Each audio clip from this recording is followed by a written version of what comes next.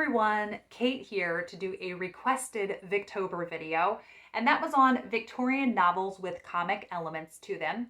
I didn't know how many I would have to talk about, but I do have a good stack here after looking at the ones that I think have funny elements or are just comic novels. And so the first two I've really talked about a lot on my channel, and you know about them, but I'll just mention them again because they are worth mentioning. And the first one is Three Men in a Boat by Jerome.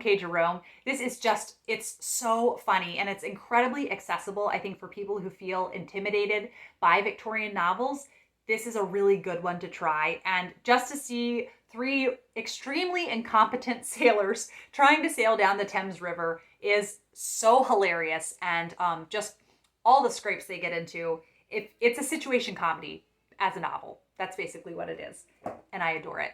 And then Diary of a Nobody by George P. Grossmith. And this is written like it is a real diary, but it is fictional. And what I think I love about this the most is all of the problems that happen with the home improvement projects that is going on in his home. Simple things like hanging a painting, how it turns into a whole problem, and accidentally dyeing himself when he takes a bath. And just laugh out loud funny, and I highly, highly recommend it. It is such a quick read, another one that's very accessible, and I hope that other people might enjoy it as much as I did. And then the third one I want to talk about is The Wrong Box by Robert Louis Stevenson. And this is kind of complicated to explain, but there is a huge inheritance that two brothers are trying to get, but they have to be the last one to stay alive to get the inheritance.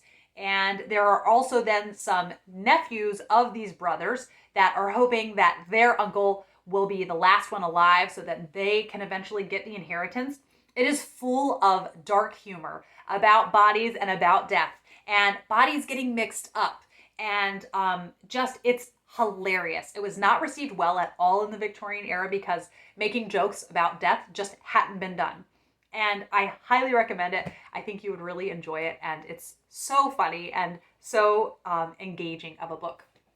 Then the next one I want to talk about is, I have to organize my books, is Cranford by Elizabeth Gaskell. This has so many funny scenes in it, including a cow that gets sunburned. So its owner then sews it a full bodysuit so it won't be sunburned. There's a cat that swallows a lace heirloom. So they give the cat laxatives to then get the lace back. And these are some real scenarios that Elizabeth Gaskell witnessed in the small town that she grew up in. And I love it. And it's so funny. And you think, did that really happen? And I think a lot of these things did really happen. And it's also got some emotional pull in there. And it's just a sweet little volume. And the next book with comic elements is The Moonstone by Wilkie Collins. This might seem a bit of an unusual recommendation because it is this iconic, mystery that needs to be solved, but it has so many funny elements in here. Some of the narrators, the way they word things is really, really funny, and just the situations that they get into. And I think you just would be surprised that there is a fair amount of humor in here, and it's very enjoyable. And the next one that I think, Dickens is pretty well known for his humor, and one where I think it really shines is in David Copperfield. The side characters in this are what really make it for me. So the Micawbers and Betsy Trotwood in particular are so funny to me. Just the lines that they have, very over the top, and just the caricatures in a way that only Dickens can do it. I think you will just be really, really pleased at the amount of humor that is in this delightful, delightful book. And then one that is just, it's very well known for being a funny book, and that is The Pickwick Papers, another one by Dickens that I really liked. And you're watching these friends travel around a bit like Three Men in a Boat and make some really big mistakes. I think my favorite scene is this is when a man is staying in a hotel room with a bed that has bed covers around it, curtains, and he ends up waking up, and there's a woman sitting at the mirror at the bedside table brushing her hair, and she thinks it's her hotel room.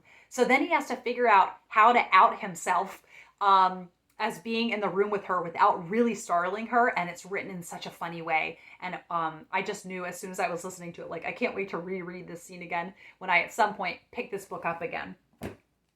And then the next one is, can't not talk about this book in many videos about Victorian literature, Wives and Daughters by Elizabeth Gaskell. A few characters in here are really funny. Squire Hamley is one of them, and I think if you go into this, just expect not to take seriously the stepmother Hyacinth. She is so irritating, but if you just look for the humor in what she says, because the things that she says and does are really ridiculous, I think you'll enjoy it. Some of her lines are just calling cheese vulgar. I love it. So I definitely think there is a lot of humor that is in Wives and Daughters. And then next is Canterville Ghost by Oscar Wilde. This is a short story. It's only around 50 pages, and I think that it's so funny. It's about an American family that buys a Scottish castle where a ghost has been haunting it. And this family, the American family is not at all what the ghost expected. It's really funny, just a lovely read, and it even ends on a sweet sentimental note, so I definitely recommend it. And then A Burglary by Amy Dillwyn. This is put out by Hanno Press, which publishes Welsh literature, and this is about a small town and a burglary that happens, and all of the citizens speculating, who did it, and the funny guesses that they make, and how everyone has become really paranoid because of the burglary. There's a great, actually, kind of burglary frenzy scene in Cranford by Elizabeth Gaskell. So this is just very funny, and I was highly amused as I read it. And then lastly, I want to talk about Maud, the Illustrated Diary of a Victorian Woman. I so wish that I could know Maud Berkeley, because she seems like such a kindred spirit and just knew how to have fun. And she writes a little bit about her kind of day-to-day life, but she also writes about the humorous things that happen in her leisure time. So, for instance, just one, this is from September 1889. It says, "Went to a cricketing lunch where the wasps were out in force. Lillian and I almost dropped our scones and cups of tea as they buzzed about us. Douglas Mears, who had been playing, came over to remonstrate with us for interrupting his game. He was out, leg before wicket, as he had been put off by seeing our skirts and sashes fluttering in the breeze. Returned to the trestle table and sat demurely through the rest of the day's proceedings." And then you can see there she is with Lillian trying to get away from the wasps.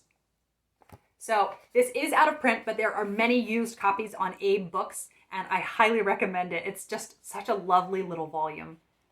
And that is the comic novels that I wanted to talk to you about. Let me know if you think there is a really funny Victorian novel that I have not read or I haven't included on this list. Now, I do know that, I have to grab the book. I do know that Jerome K. Jerome, who wrote Three Men and a Boat, he has a lot more writing. I don't know how plot-oriented it is. I think it's just supposed to be humorous writings on his life. And Three Men on the Bummel is the sequel to this. So I would like to try out more of his work. And yeah. And also Oscar Wilde, the author of the Canterville Ghost, also wrote a whole slew of plays. But I've talked before about my reservations about those plays. But I would be interested in reading some more of his work. So thank you as always for watching. I hope you are having the best time during Victober, and I will be back with another video soon. Bye.